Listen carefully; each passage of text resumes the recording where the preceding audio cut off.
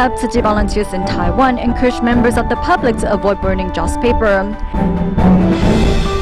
And we look at how the Japanese government provides quality care for its senior citizens. Welcome to DaAi Headlines. I'm Helen Nell. Thank you for joining us.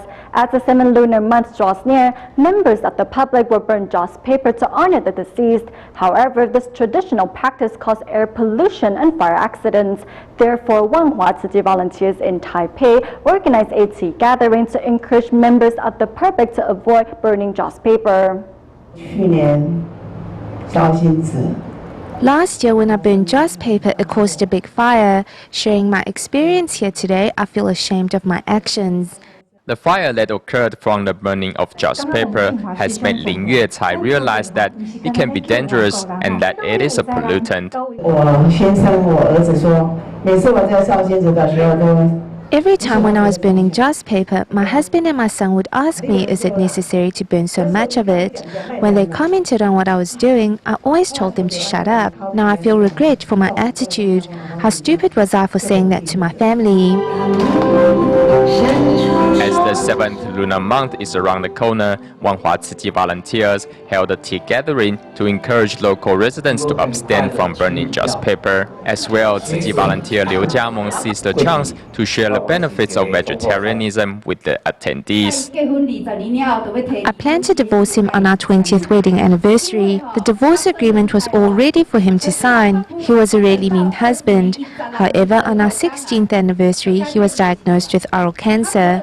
Since then, he has got rid of all his bad habits. His diet and lifestyle have changed for the better. Drinking a cup of tea prepared by Tzu Chi volunteers, everyone enjoys a day full of joy and blessings. In Buddhism, the 7th lunar month is known as a month of auspiciousness and filial piety. At the first blessing ceremony held at the Taoyuan Jingsi Hall, Tzu Chi volunteer Huang Shuzhen, who suffers from breast cancer, attended the event with her mother-in-law, where she shared with participants how she fulfills her filial duties. Chanting the Buddhist Sutra with plenty of vigor, if it weren't for the loss of her hair, one wouldn't be able to tell that Tzu Chi volunteer Huang Shuzhen suffers from breast cancer. Diagnosed in 2008, Huang has kept a positive outlook on life despite her illness. When I was diagnosed with breast cancer, I was happy in a way, because since I'm covered by insurance, I was able to help my mother-in-law become a Tzu Chi honorary board member. Huang is donating $33,400 in her mother-in-law's name because 5 years ago her mother-in-law fell very ill, and at a time when the family was feeling helpless, a senior Tzu Chi volunteer gave Huang this idea. The sister told me that I should make a great vow on behalf of my mother-in-law, so I decided to help her become a Tzu Chi honorary board member. Since Huang's mother-in-law became a Tzu Chi honorary board member, the pair practices recycling rigorously, and Huang hopes to seize every opportunity to fulfill her filial duties to her parents and in-laws. Filial piety is the foundation of all goodness. If one has done plenty of good but is not filial to their parents, then that is still no good. So I often remind myself to be filial to my parents. Ajahn is very filial, and so is my son. We have a good relationship. As the 7th lunar month is also known as the month of auspiciousness, at the first blessing ceremony at the Taoyuan Jingsi Hall, aside from the reenactment of the Sutra of Profound Gratitude to Parents, children also took the opportunity to serve tea to their parents to express their thanks. Huang was among the participants and gave her mother-in-law a warm hug. I give Ajahn my blessings. I hope she will live to see longer days and live a life with purpose. I'm grateful to the Buddha for the fact that after I received my chemotherapy treatment, my physical condition was good and my spirits were up, so I want to do more good with my body and benefit society. Now, Huang wants to live life to the fullest and spend each moment doing good deeds and fulfilling her filial duties. Myanmar Tzu volunteer Kin Sun Darso grew up in a wealthy family. After marriage, she became a housewife that spends her days sleeping, watching TV, or shopping. However, on one of her shopping trip, she happened to run into a group of volunteers doing recycling. Moved by their silent efforts, she later joined their ranks and have become a familiar face at Tzu's events. Before joining Tzu, Kin San Darso says she had little to do at home except watch TV and shop. It was a way to kill time and fill up the empty hours. Much of what she bought still lays unused. Before, every time I was in town and saw clothing I liked, I would buy it. Sometimes I bought 2 to 3 pieces of the same thing. Now a Tzu volunteer, Kin San Darso has seen changes in her life as a result. Formerly someone who never walked, now she hikes the muddy roads to get to her care recipients' homes. There she has come face to face with a level of poverty that was completely foreign to her in the beginning. Before, the children were afraid of my size and would not come near me. Now, as soon as they see me, they run over to hold my hand, hug me, and tell me they miss me. I support her in doing Tzu and hope she can do the best job possible in bravely carrying the burden of others. With her husband's support, Kin San Darso is more motivated than ever to offer children in need a source of love and support, while she herself has found an unanticipated sense of fulfillment and joy in her life as a result. August 13th marks the 13th anniversary of DaAi Headline Hospital. As part of the celebration, medical staff took a trip to Yunlin, where they paid a visit to grandmother Xu Li Rui, who is diagnosed with Parkinson's disease. The medical team gave the senior a set of exercises to do in hopes that she will be able to walk again very soon. In his signature white coat, Superintendent of DaAi Headline Hospital, Lai Ningshen, leads his team to visit Grandma Xu Li Rui's home. Her wish is not to travel or anything like that. She only wanted to join the other seniors at the temple, where she can have a chance to talk with her friends. It's such a simple hope. If not for coming here today, we would have never experienced the essence of what medical care is all about. Grandma Xu Li's family assumed that the loss of motor control in her legs was the result of aging. However, a quick check by the DaAi Headline Hospital medical team shows that the senior is in fact suffering from Parkinson's. Try to hold up the leg so it doesn't fall back down. Make sure this area is stretched out and hold it for 20 seconds. With the 13th anniversary of DaAi Headline Hospital coming up on August 13th, medical staff from the hospital are visiting those in need and in the process not only rekindling their enthusiasm, but also experiencing once again the power of Tzu's medical mission. After Taiwan lost its rabies-free status in July of this year, members of the public have become more cautious around dogs. Currently, only a few wild animals in mountainous areas have been tested positive for rabies. However, all mammals are vulnerable to the deadly virus, and whether the government will be ready to fight rabies if it spreads to the city is still unknown. Right now, when we take our dogs for a walk, we see people go around us or try to avoid our dogs. After Taiwan lost its rabies-free status in July of this year, members of the public have become more timid when coming across dogs. One veterinarian said that Taiwan does not have enough human rabies vaccine in stock currently. 没打，就算我现在想要自己花钱去打都没有疫苗。我们有反应啊，他叫我们不要紧张啊。不要紧张啊。对啊。As veterinarians encounter animals on a daily basis, they're more likely to be exposed to rabies. Currently, Taiwan only has some 100 rabies vaccine for humans in stock. This shows that it is not prepared to deal with a possible outbreak of the deadly virus. Yes, we can say that we are not ready to fight against rabies. Nobody thought that the virus would occur in wild animals in Taiwan. These are rare cases, and we only heard about bats testing positives for rabies in other countries. Rabies is a disease that was widely seen in dogs 50 years ago in Taiwan. 50 years later, it has appeared in Taiwan once again, but this time in Formosan fairy badgers. In January of this year, a dead fairy badger was found in Nantou Yuchi Township, and experts from National Taiwan University suggested that the death was unusual. It tested positive for rabies on June 24th, and the finding was officially confirmed by the Animal Health Research Institute on July 16th. The examination process took half a year to complete. One can say that after 50 years of enjoying rabies-free status, the government has become less alert in the prevention of rabies, with a noticeable lack of experience and manpower in treating the disease. In developed countries, the standard rabies vaccination rate in animals is around 65 to 70%. In Taipei City, we have approximately 250,000 dogs and cats, but only 70,000 have been vaccinated. At the end of August, Taiwan has a total of 600,000 rabies vaccines for animals, which is enough to cover all pets in the Taipei metro area. However, studies suggest that less than 40% of the pets in the Taipei metro area have received rabies vaccine, and the number is less than 20% in rural areas. It is safer for us if our pets receive a rabies vaccine on a regular basis.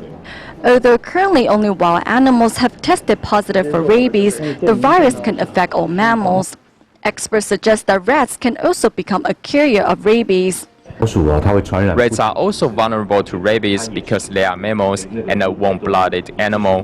This means they can carry the virus and spread it to others.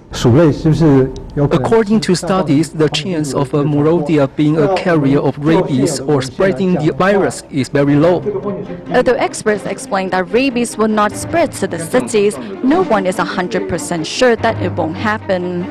Rabies is one of the deadliest diseases on earth. Its fatality rate is close to 100%. The footage is of a patient with hydrophobia, which is one of the most common symptoms of rabies. When a cup of water is in front of him, he shakes uncontrollably and behaves strangely.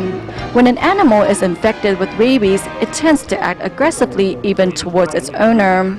An imported case of human rabies in the Philippines showed that a rabbit patient was afraid of the wind, so when the wind blew, his whole body shook uncontrollably. Rabies is a disease that can be prevented if vaccines are taken on a regular basis and treatable if antibodies are given after exposure to rabies. However, no one is sure if patients can recover 100%. With lack of vaccines and experience, if rabies becomes widespread in Taiwan once again, it is sure to cause chaos across the country.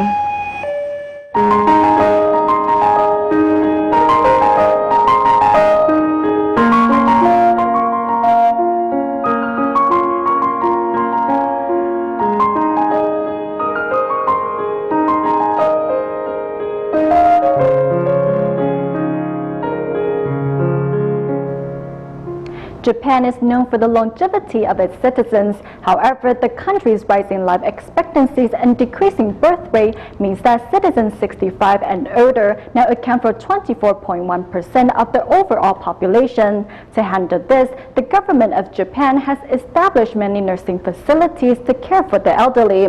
With Taiwan itself facing the same problem, perhaps Japan's way of dealing with the issue is a solution to consider.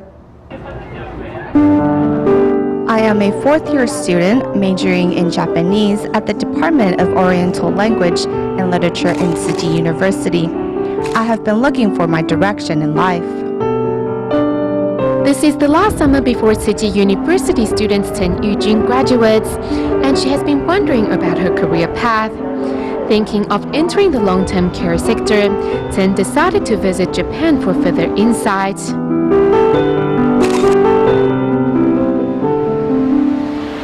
You need to introduce yourself first. You start today, that's right. It's your first day, so you need to introduce yourself to everyone. Chen's work begins at 8:30 a.m. and ends at 5 in the afternoon.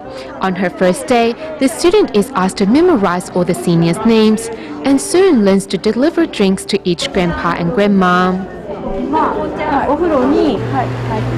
There are a few senior residents getting bathed now, so after that we will bring the drinks over. みやさんどうぞ。みやさん谢谢。あれ？谢谢。飲まんのか。冷たかった。甘い。甘すぎですが。Chen Yijun is told that Grandma Mia was a beautiful woman when she was younger and could even speak a little Chinese. However, the senior never speaks of her past. Each resident here has a story of their own, but it seems like in Japan, the story always ends with the seniors selling their houses to move into a nursing home. The monthly cost of such a nursing home is approximately $5,000, but residents only need to pay 10% of that, which is roughly $510, as the rest is covered by the government. In Japan, owners can only look after a maximum of 3 residents, which ensures quality care and that specific dietary needs are being met. Grandma, we have an intern student from Taiwan. 学生さんが勉強しに来やった。はい。どうぞバナナです。ありがとう。はい。ありがとう。美味しいよ。パイナップルがよく美味しいな。そうですね。台湾でよくパイナップルを食べます。あ、そうか。そうです。あんたどこ買うんか？買うか？買う？ In the eyes of these senior residents, Chen Yijun is like a flower ready to blossom. However, one may wonder about the future of the young, as Taiwan's welfare and long-term care system still have a long way to go before catching up with its aging population. Though still young, the student has come to realize that one needs to plan for their retirement in advance. It will be too late to think about where to live and what we should do when we get old. When we get to a certain age, the question is how we walk the last mile of our lives with dignity. I think, why not start now? We should pay more attention to caring for senior residents. Regardless of whether one is single, married, or has children, all will come to face the different stages in life, including aging, illness, and death. The question is how we live the final days in peace. Perhaps the solution to Taiwan's aging population lies in Japan's long-term care system. One day, maybe, this is what will become of us. In Malaysia's Kota Kinabalu, the local Jingsi Books and Cafe organized a spiritual workshop inviting pediatrician Dr. Chen Cheng-heng to talk about the myth of nutritional food. Using statistics and visual aid, Dr. Chen encouraged the participants to adopt vegetarianism as a way to prevent disease. Here at the Jingsi Books and Cafe in Kota Kinabalu, Malaysia, pediatrician Dr. Chen Cheng-heng was invited to share his clinical experience on how children's immunity affects the development of their intelligence. Dr. Chen's presentation showed different kinds of parasites that live in fish. It was truly unsettling. Adopting vegetarianism may be the best choice to keep healthy. We live in an environment where the food source is widely polluted and our health is being severely affected. Actually, I have already considered changing my children's formula to pea flour to help them gradually come to terms with eating meatless food. The U.S. Center for Disease Control and Prevention has warned that women and children should limit the amount of fish they eat and avoid some types of fish. During this spiritual workshop, Dr. Chen revealed the truth behind so-called nutritional food, which may harm our body instead. He stressed the best way to keep disease away may be through vegetarianism. Dr. Chen's presentation corrected many of our misunderstandings regarding food. Before, I heard that pregnant women should eat more fish to take in omega-3. Now I realize that is wrong. We should try to change our diet. Maybe it's difficult to adopt vegetarianism right away. However, we should try our best to avoid eating meat. Learning of the truth behind food and benefits of vegetarianism, many participants said they were willing to adjust to a vegetarian diet, not only to enjoy a higher quality of life, but also as part of saving our planet. A survey conducted by Taiwan's Zhongdong Foundation found that those aged 20 to 39 are the least happy, and 70% of that age eat less than 2 servings of fruits per day. Studies show if one person eats 5 portions of fruits and vegetables a day, their health will greatly improve as time goes on. It is a well-known fact that eating more fruits and vegetables are good for one's health. However, in modern society, it's hard enough to eat a balanced meal, not to mention getting enough of the right nutrients. Studies show for those who don't eat 1 serving of fruit or vegetables a day, their body's happiness level comes in around 20%, and many experience constipation. On the other hand, for those that eat 5 portions of fruits and vegetables, their body's happiness level is at 77%. I will eat 1 portion of fruit. If there is extra available, I might have 2 or 3 servings. 2 portions of an in-season fruit. For example, currently it is mango. Fruits are full of vitamin C and dietary fiber, which are excellent antioxidants.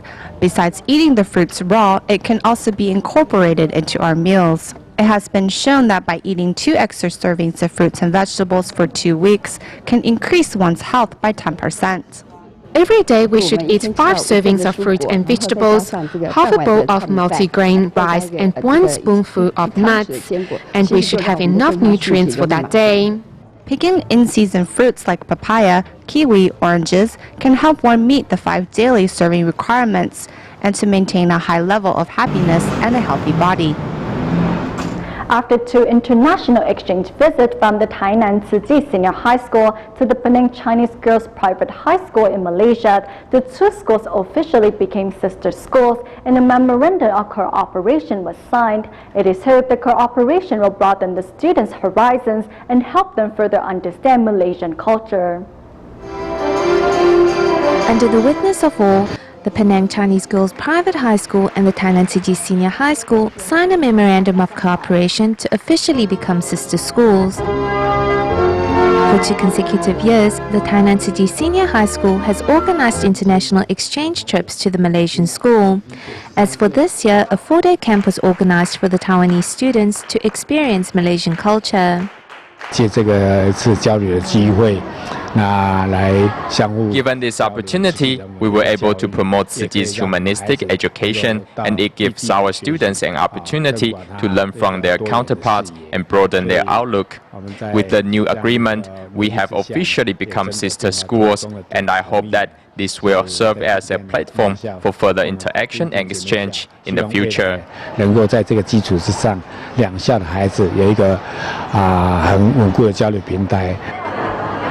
A neat appearance and a display of good mannerisms are shown by the students here in Penang. Over the 4-day trip, Tzu Chi students not only have been exposed to English poetry recitals, pastry making, but also forged many close friendships. We